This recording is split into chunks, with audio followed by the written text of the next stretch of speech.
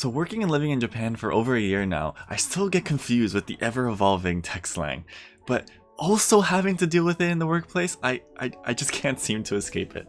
So, if you guys have never seen these, or you don't know how to use them, don't worry, because I cracked the code for you.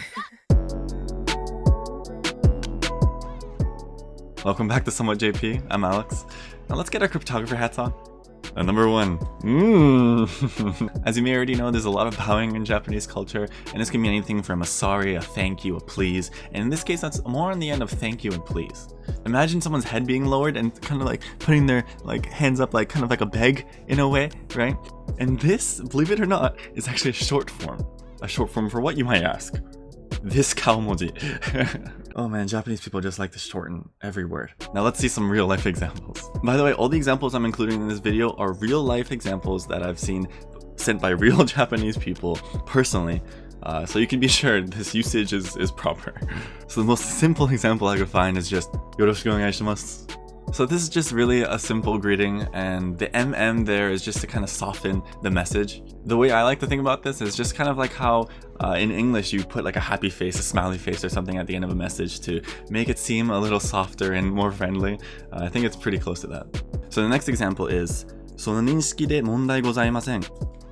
So you can imagine two people are kind of trying to confirm something and make sure that they both have the same idea of how something works. So in this case, you have ninshiki, which means awareness, perception, understanding, right? And mondai obviously means problem or issue.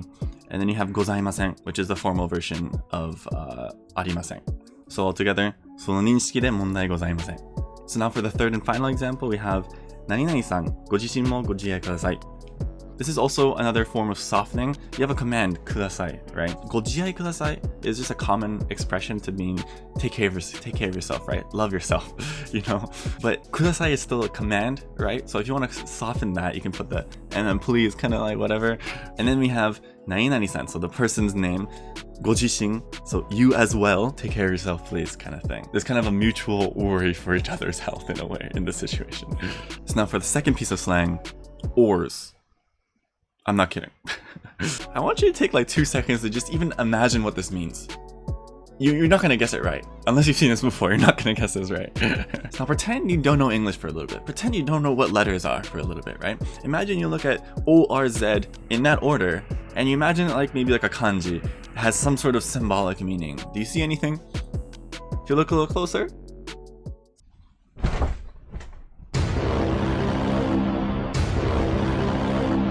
yeah, it's someone just like on their knees begging. So this means that someone's just bowing down, is very sorry, they're very apologetic about something. And the usage of this is actually really close to another interesting emoji usage in the Japanese language, which is the sweat emoji.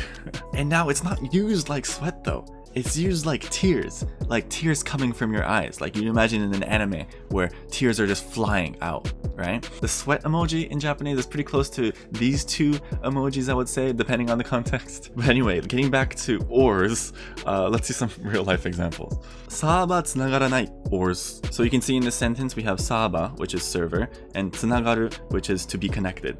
And so tsunagaranai would mean, oh, I can't connect to the server. And now in this situation, this person was actually reporting to IT that, oh, I can't connect to the server, and was kind of a request for them to fix it.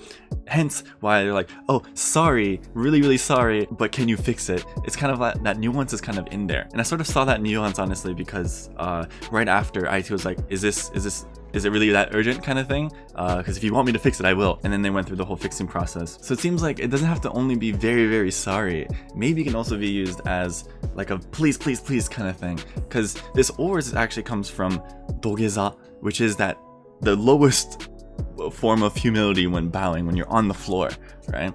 So that would make sense, I feel. And yeah, that's all I have about ors now. I can't say ors any other way than putting a lot of emphasis on it, I feel. It just feels weird if I just say ors. It doesn't feel like it's enough, you know? Now, I don't know if you're ready for this last one. I don't, because there's no way that anyone can guess this. It's zero chance. It's worse than ors, it's worse than MM. It's are you ready? B. Yeah, B. What do you think B means? I'll give you a couple seconds. It's similar to how ors is not like an abbreviation for something. It's like, it looks like something. Okay, let me give you a hint. It's not really a hint, it's the answer.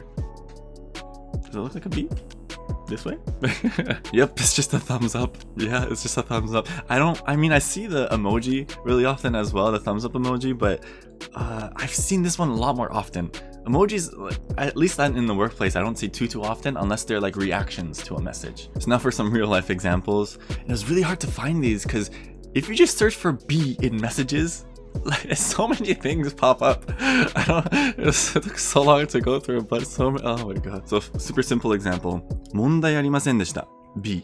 So this is just like kind of like a normal thumbs up, like, oh, no problem. Very, very casual. It's kind of close to MM, where it has that softening sort of quality, make you seem a little more friendly. Now let's see the final example. This one's a bit of a longer one. 少なくともこれが原因っていうのが見つかったおかげで、今後同じことが起きた際にサクッと対応はできそうですね。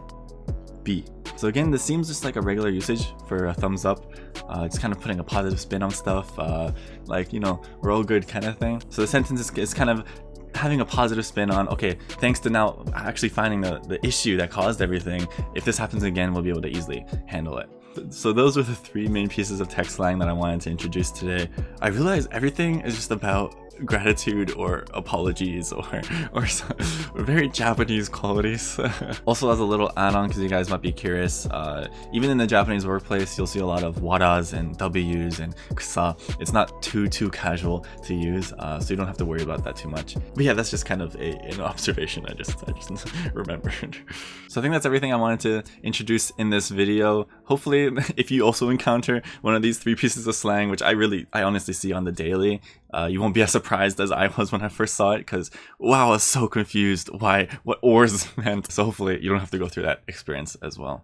Let me know if you want to know more about different abbreviations or slang or stuff used in the workplace or in a more specific Japanese programming environment. There's a lot of stuff.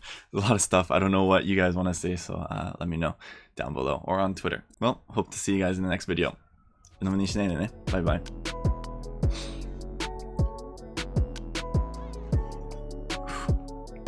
Now, I remember last video I said it's been a while since I recorded a video, but now it's really been a while. Okay, I really need to like get my shit together. Oh.